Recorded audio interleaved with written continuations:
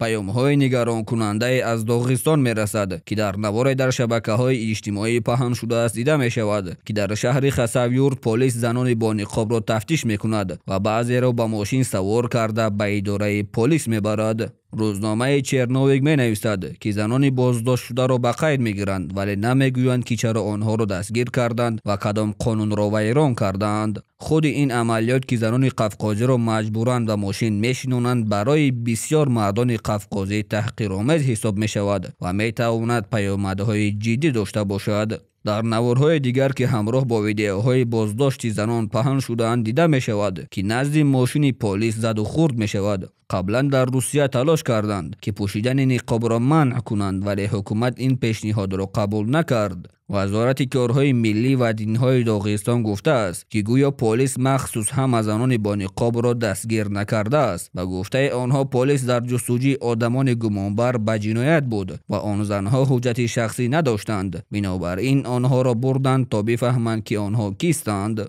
اما سوال به میان می آید چرا فقط همین زنان با نقاب را نگاه داشتند و چرا از دیگر رهگذران حجت نپرسیدند؟ آیا هم ساکنان داغستان همیشه با خود حجت دارند؟ در بعضی کشورها نقاب را منع می کنند چون می گویند که گویا پوشیدن روی شناخت آدم را مشکل می کند. وزارت ملی و دینهای داغستان نیز همین دلیل را آورده است. اما سوال دیگر این است چرا چنین اظهارات را وزارت سیاست ملی و دین می دهد نه مقامات حفظ حقوق که این عمل بحث برانگیز را آشکارا انجام دادند و باعث ماجرای جدی شدند؟